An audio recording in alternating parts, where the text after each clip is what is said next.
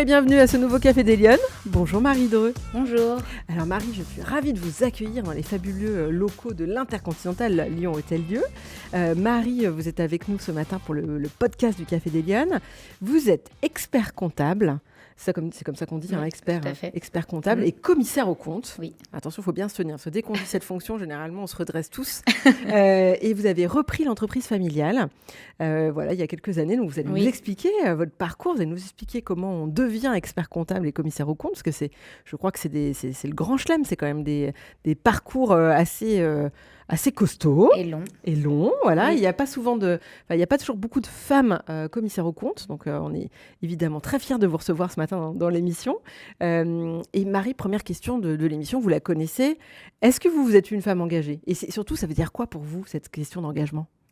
Alors oui, je suis une femme pleinement engagée, que ce soit en engagement dans mon environnement professionnel que personnel.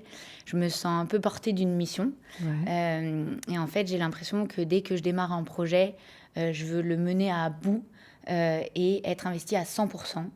Et donc, pour moi, donner du sens à ses projets et voir son projet porter ses fruits, il y a un grand sentiment d'engagement. Et l'engagement, c'est évidemment très important parce que c'est une posture, c'est une énergie qu'on met à profit des autres et aussi de soi, en se disant qu'être engagé, c'est du coup se donner à 100%, c'est s'investir à 100%, c'est montrer de la confiance, rendre de la confiance, se sentir légitime et crédible, mais c'est aussi donner un sentiment... une sensation d'exemple. Moi, j'ai le sentiment d'exemplarité, c'est très fort pour moi, dans mes valeurs. Et puis finalement, l'engagement, c'est comme dans le sport. Quand on ne s'engage pas à 100%, il y a des risques de blessures. Et là, je pense justement au rugby, parce que j'ai grandi dans une famille j'ai grandi avec 3 frères, un père joueur de rugby, coach et président d'un club de rugby. Et donc, je savais que dès qu'ils n'étaient pas engagés à 100% dans l'impact, il y avait des risques de blessures, mais comme au ski, à la course, etc. Donc, pour moi, l'engagement, ça structure, ça porte, ça donne de la force. Ah oui, vous êtes à la bonne école, sur l'école de rugby. Oui. Ça n'a pas dû être simple. J'ai suivi toute la petite troupe, souvent tous les week-ends, dans les tournois de rugby. Pour moi, d'ailleurs, j'ai grandi avec ça, ça fait partie de mon éducation. Et ça a ancré en quelque sorte des valeurs importantes telles que la solidarité, l'esprit d'équipe et la force. Et l'école de rugby, je pense qu'aujourd'hui, c'était pour mes frères vraiment une propulsion, une force pour eux en tant qu'entrepreneurs et en tant que com. Et moi, j'étais heureuse d'être spectatrice. Alors au début, ils m'ont mis quand même à l'école de rugby, toute petite. Ah oui, d'accord. 5 ans et 7 ans. Ah oui, tout de suite.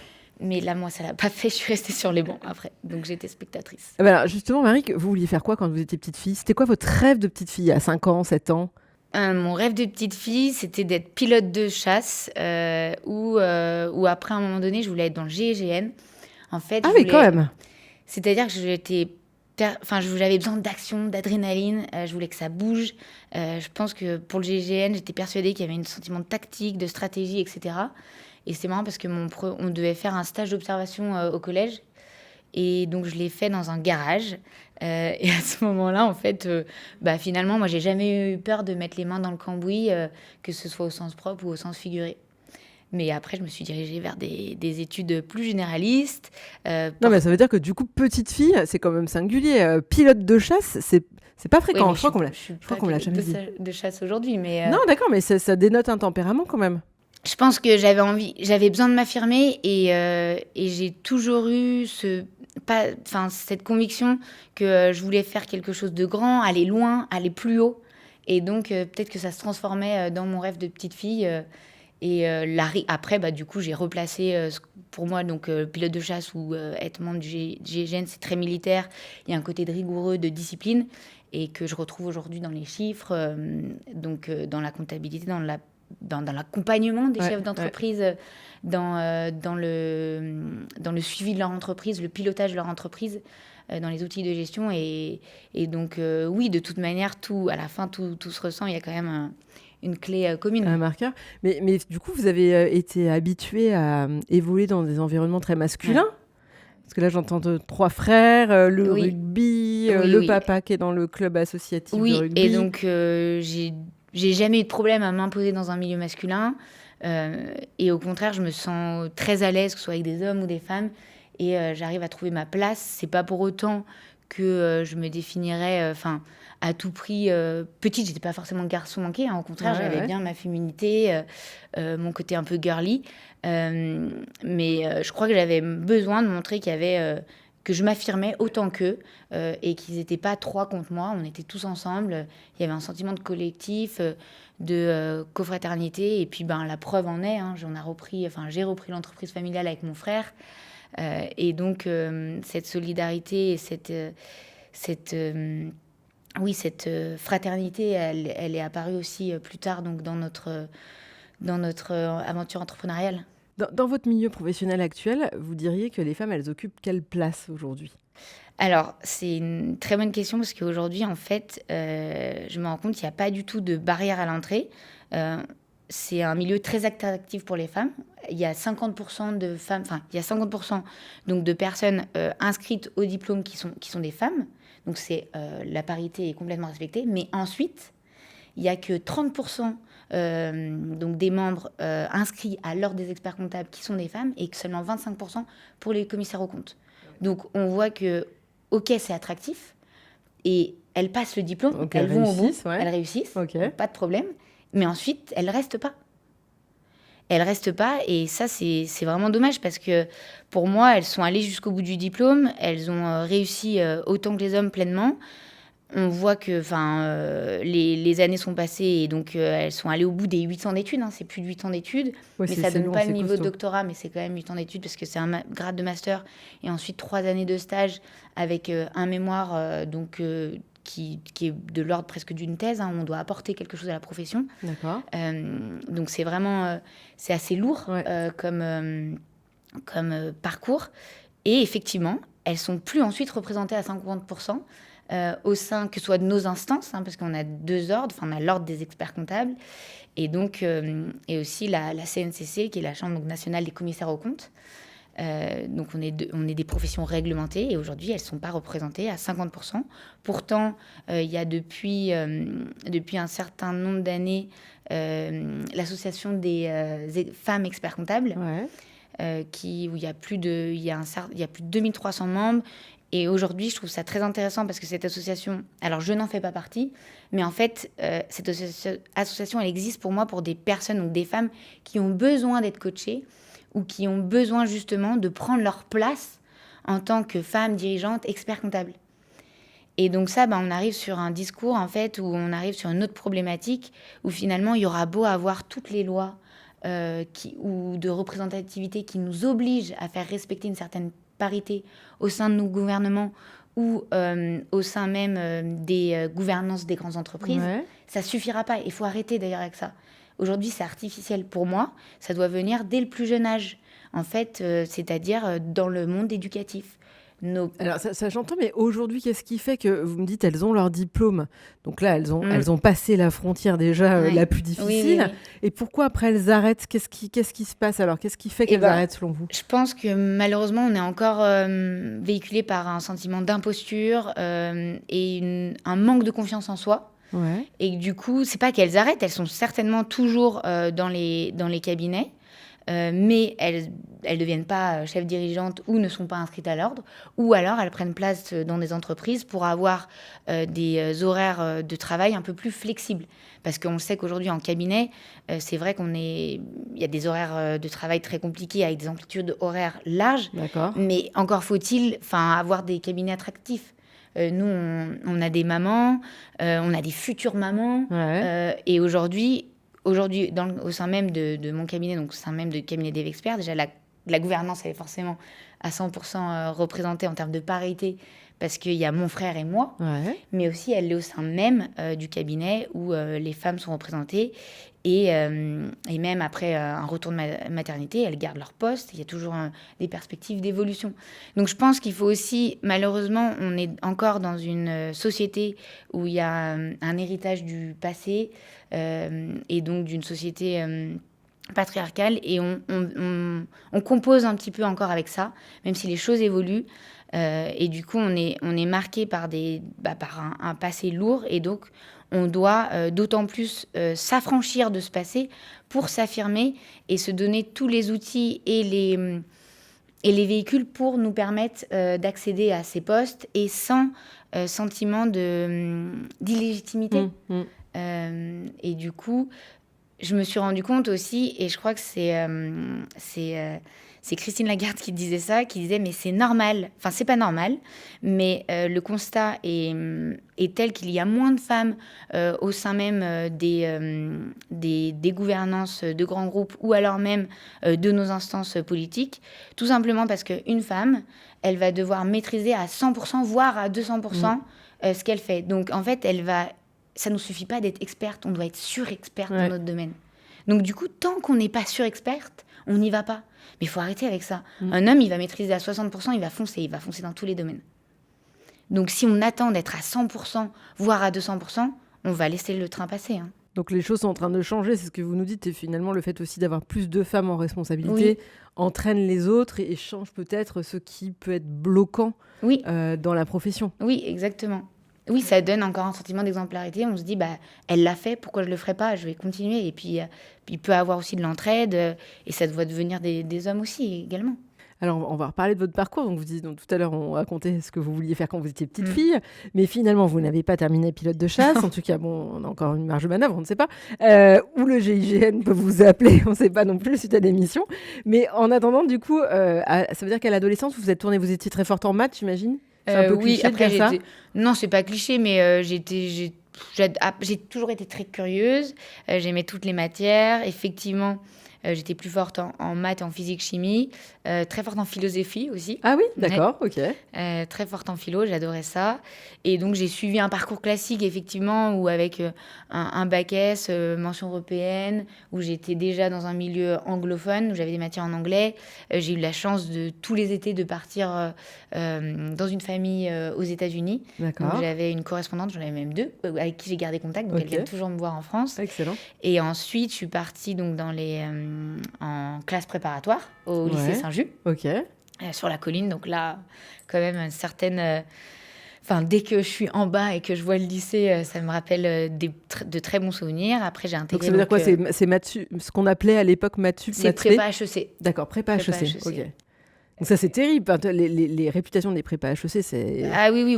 Comme ce que maths sup, maths spé est pour le parcours ingénieur, effectivement, prépa HEC, donc pour l'intégration aux grandes écoles de commerce, via le concours, c'est pas post-bac. Ouais. Ça a été des années très rudes, hyper disciplinaires. Donc finalement, je l'ai fait, mon GIGN. Je l'ai fait pendant ces 2 années. Et où on doit avoir un esprit autocritique, synthétique. Et en fait, oui, on est sans cesse en train de bachoter. On passe des examens, d'école, du contrôle continu. Moi, je m'en souviens d'être le samedi matin à Saint-Just, dans une petite salle exiguë, à me faire une équation à droite, à gauche, etc. Parce que le prof nous le demandait. On a été collés pendant 1 heure et on devait sortir le théorème, résoudre le problème en un temps record. Et derrière, j'enchaînais sur 1 heure d'espagnol, 1 heure d'anglais, 1 heure de culture générale, etc. Ouais, c'est une grosse formation. C'est une grosse formation. Moi, je regrette pas du tout de l'avoir fait. C'était militaire, mais c'était nécessaire. Ouais. Par contre, je suis partie du coup très jeune, donc de la maison, parce qu'à ce moment-là, j'avais 1 an d'avance. Je suis partie à 16 ans. À 16 ans, j'habitais toute seule dans mon petit appartement à côté des classes préparatoires. Ok. Donc, j'ai eu l'impression d'avoir un saut vers l'avant assez rocambolesque. Et même si je pense qu'à ce moment-là, j'étais dotée d'une certaine maturité, finalement, c'était peut-être tôt quand même. C'est tôt, 16 ans. Voilà. Je confirme. Donc, et après, mais déjà dans mon enfance, à 3 ans, je partais, quand je partais chez la nounou ou chez ma grand-mère, etc., je partais avec toutes mes affaires et je disais à ma maman, non, mais là, je pars pour quelques jours quand même, je reviens pas ce soir. Mais... L'entraînement GIGN avait déjà commencé. Donc, et ensuite, à la suite des classes préparatoires, je suis rentrée en école de commerce. Et donc, j'ai fait 1 an au Canada, donc à l'université du Manitoba, c'est côté partie anglophone. D'accord. Donc, tout en anglais, sur un campus à l'américaine. Par contre, le Manitoba, c'est quand même l'État le plus froid du Canada. Donc, pendant 3 à 4 mois, il fait moins 50. Ah oui, et là, j'ai compris qu'on ne pouvait même plus porter des collants. Enfin, c'était Il n'y a vraiment... plus rien qui suffisait. Ah non, mais il me disait d'ailleurs, n'essaye même pas de mettre de collant, tu ne tiendras pas dehors, mais en fait, ton collant, il y a quand même un danger qu'il se colle sur ta peau et après que tout se décolle. Ah, très bien, très sympa. Et donc là, j'étais bon, superbe. Et en fait, ils sont hyper bien équipés. Il y a des infrastructures, des tunnels souterrains qui font qu'en fait, il y a une vie souterraine. Vous savez que vous nous le vendez super mal.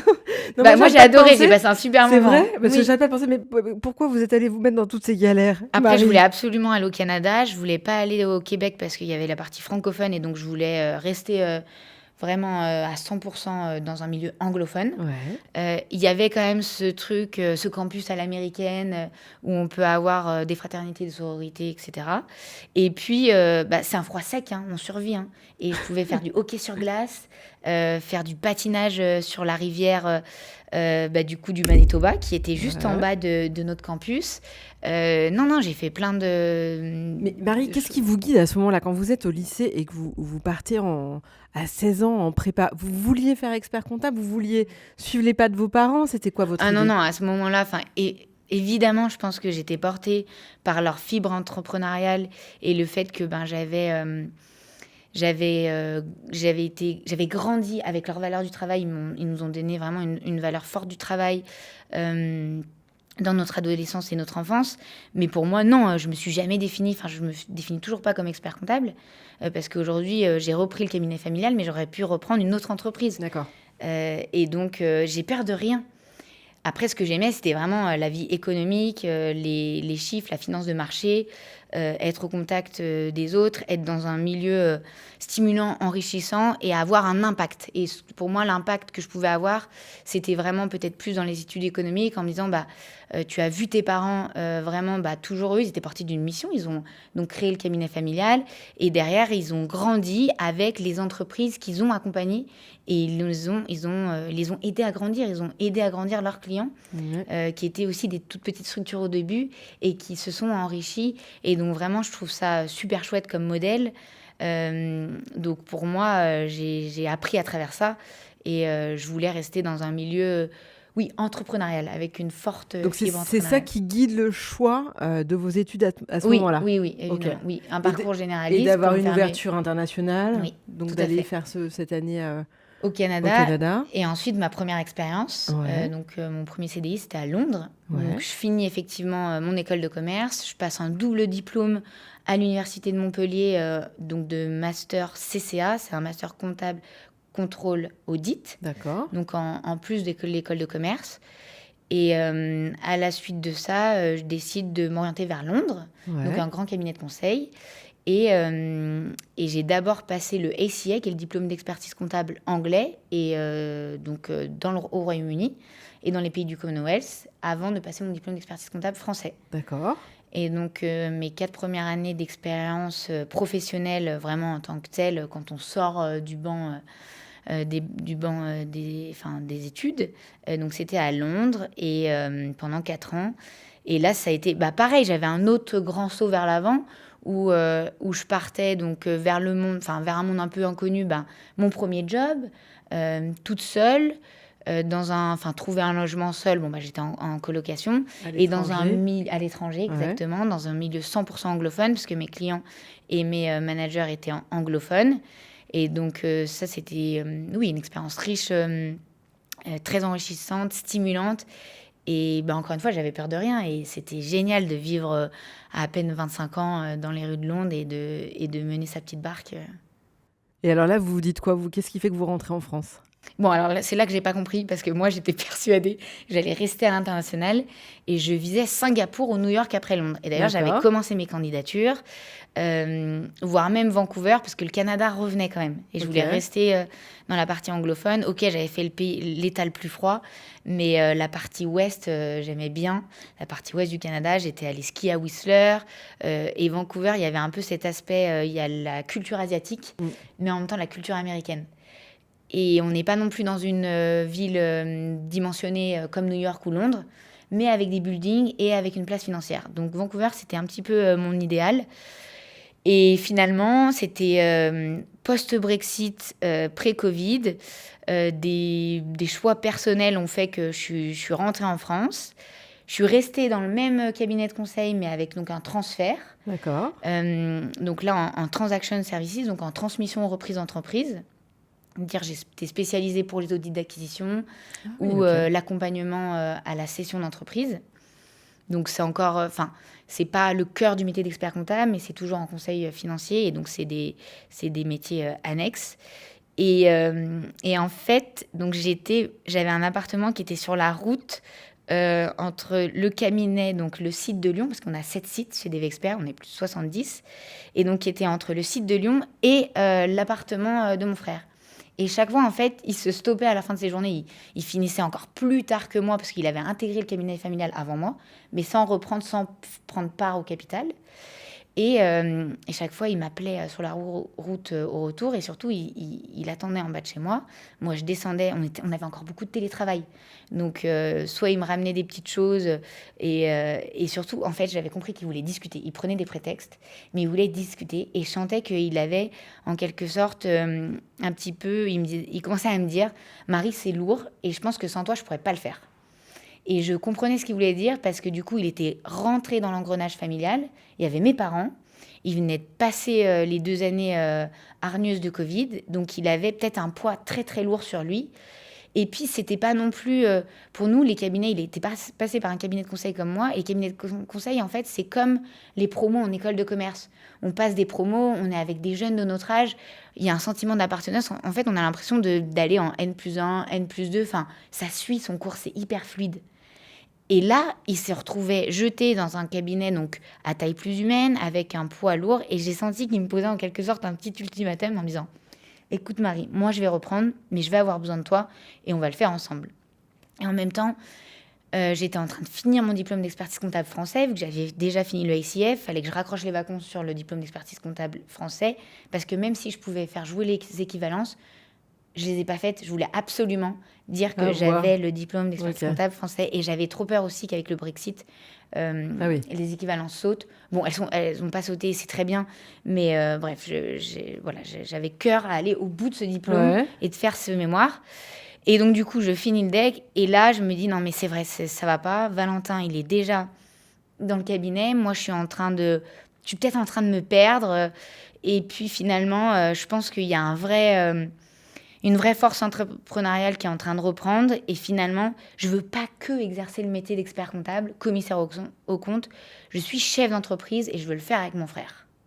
Et donc, du coup, je suis partie, j'ai donné ma démission. Et du coup, j'ai intégré le cabinet familial et on a racheté. C'est très important, on a racheté. On n'y a pas eu une transmission. On a racheté avec mon frère le cabinet. Et donc, aujourd'hui, on se retrouve tous les deux. On était très proches sur le plan personnel, parce qu'on est nés le même jour, mais pas la même année. Ah, c'est rigolo. Pile 1 an d'écart. Donc, 13 octobre, tous les deux, mais pas la même année. Et donc, on a quand même été élevés, grandis main dans la main comme des jumeaux. C'est aussi, moi, je le considère comme mon meilleur ami. Et là, donc, on a mêlé la vie professionnelle et on s'est associés. Et c'est encore plus enrichissant parce que du coup, pour moi, c'est une aventure entrepreneuriale, fraternelle et familiale. Ah oui, là, vous avez fait le combo total. Mais est-ce que c'est pas flippant de se dire comme ça qu'on va tout mélanger, le familial, l'aventure entrepreneuriale Alors si, ça peut l'être, mais je pense que c'est quand même une grande force parce que du coup, il y a pas de non-dit et il n'y a pas de filtre pour le coup. Je pense que des filtres que j'aurais pu mettre et que j'ai mis d'ailleurs avant dans mes premières expériences professionnelles, de la manière dont je parlais à mes équipes, à mes managers, à mes associés, là il n'y en a pas parce qu'on se connaît tellement bien que du coup quand on veut dire quelque chose, on le dit directement. Ça peut blesser, il faut mettre de côté sa sensibilité, sa susceptibilité. On peut jouer aussi sur des expériences passées et sur notre enfance en disant « Tu te souviens que tu faisais ça ? Tac, je te l'envoie là ». Mais après, il y a une telle richesse, il y a une confiance aveugle. Moi, j'ai une confiance aveugle en mon frère. Et du coup, dès qu'on veut aller vite, et puis de toute manière, il peut lire à travers mes pensées. Donc, on peut aller très vite aussi. Effectivement. Et c'est pas trop difficile de trouver sa place dans cet univers. C'est-à-dire que là, effectivement, vous vous insistez, vous avez racheté les parts, vous avez racheté l'entreprise, mais vis-à-vis de vos parents, ça veut dire qu'il faut déjà s'inscrire soi-même dans cette nouvelle expertise professionnelle. Oui. L'équilibre avec votre frère, il faut le trouver, j'imagine, vis-à-vis de vos équipes. Enfin, oui. Ça fait beaucoup de changements dans tous les sens. Alors oui, effectivement, c'est pas inné. On a dû s'ajuster. Je pense que je m'ajuste encore tous les jours. Je me remets en question tous les jours. Parce que vu qu'on se connaît sur le plan familial, le plan personnel, c'est pas toujours évident sur le plan professionnel. On doit quand même garder une ligne de conduite et se respecter, se respecter les uns les autres. Ensuite, faire en sorte que ça aussi, ça empiète pas trop sur le perso, même si ça, par contre, nous, on avait l'habitude que ça empiète. En fait, on a grandi avec nos parents qui ont fondé DV Expert, le premier site du cabinet, dans notre maison. Okay. Donc, moi, j'ai l'impression qu'on est... dedans. Oui, on a baigné dedans. C'est même pas qu'on a appris, c'est qu'on a grandi avec des entrepreneurs. On n'a pas appris par des entrepreneurs, on a grandi avec eux.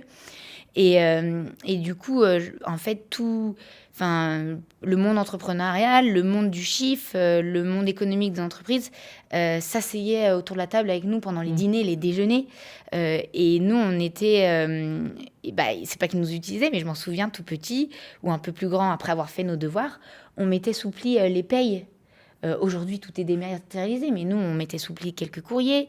On s'occupait de classer les archives de nos clients. Enfin, du coup, on était vous avez déjà... vous avez baigné dedans. À l'ouvrage, c'est ça. Oui. Qu'est-ce qui, avec votre retour d'expérience, qu'est-ce qui a été le plus difficile dans ce que vous avez été amené à faire? C'est quoi rétrospectivement? Je pense que, et ça l'est toujours, parce que c'est justement de porter un héritage familial donc Damien et Carole, mes parents sont cofondateurs, de dire je porte cet héritage, je vais forcément suivre leurs traces, mais je dois quand même m'affranchir et m'émanciper de leurs traces. Et donc, moi, je pense que j'ai eu un électrochoc quand mon ancien boss, donc quand il avait compris que de toute manière, j'allais finir mon deck et que j'allais certainement reprendre l'entreprise familiale parce que je tenais à ce projet avec mon frère. Et il m'a dit, Marie, c'est très bien, c'est une chouette aventure, mais par contre, il faudra que tu arrives à te sortir des jupons de ton père. À ce moment-là, il parlait de mon père parce que c'est vrai que mon père était spécialisé, est toujours spécialisé dans la reprise, transmission d'entreprise.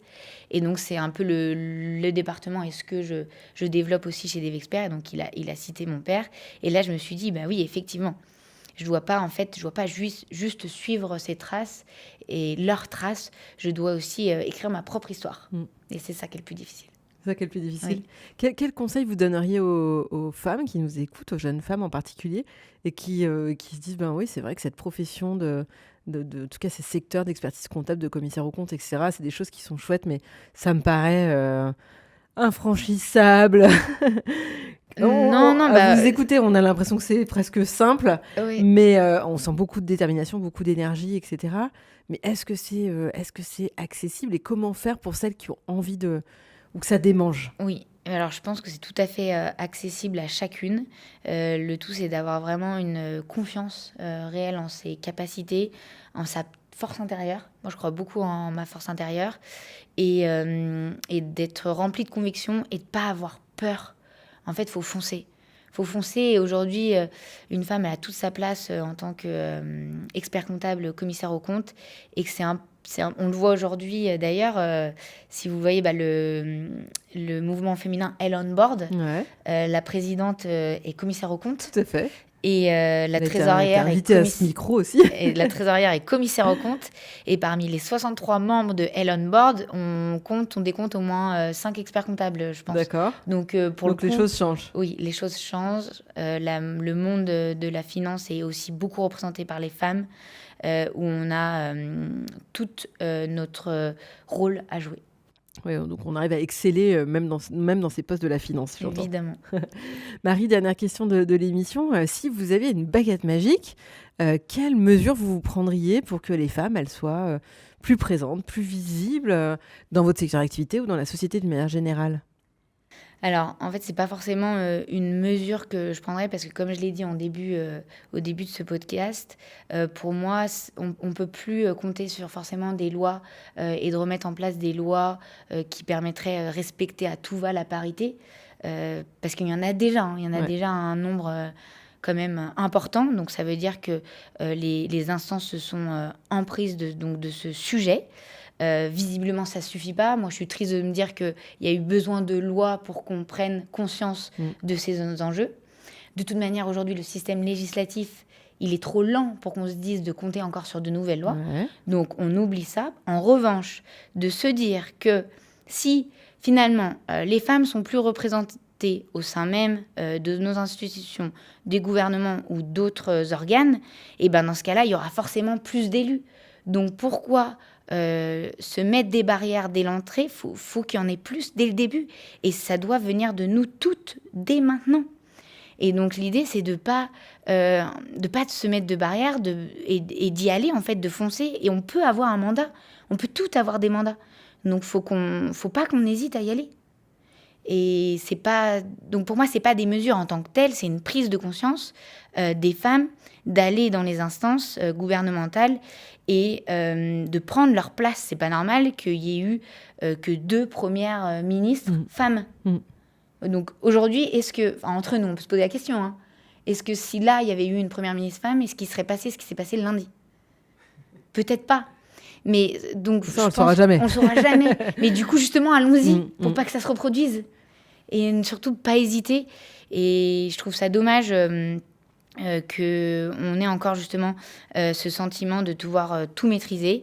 Et donc, on doit avoir un sentiment en tant que citoyenne, un sentiment d'appartenance à notre démocratie, un sentiment de devoir civique dès le plus jeune âge. Et donc, ça passe aussi par les instances d'éducation et par nos manières d'éduquer nos petites filles et par les manières de se comporter au sein d'une famille, au sein de la chose publique, dans les écoles, et donc d'avoir ce retour aussi. Très bien, Marie. Merci beaucoup pour cet engagement qu'on perçoit très fortement à nos côtés ce matin. Merci d'avoir pris de votre temps pour prendre ce Café des Lionnes avec nous. J'espère que ça vous aura plu. Et moi, je vous donne rendez-vous la semaine prochaine pour un prochain épisode du Café des Lionnes. Merci. Merci beaucoup, Alexandra. Merci.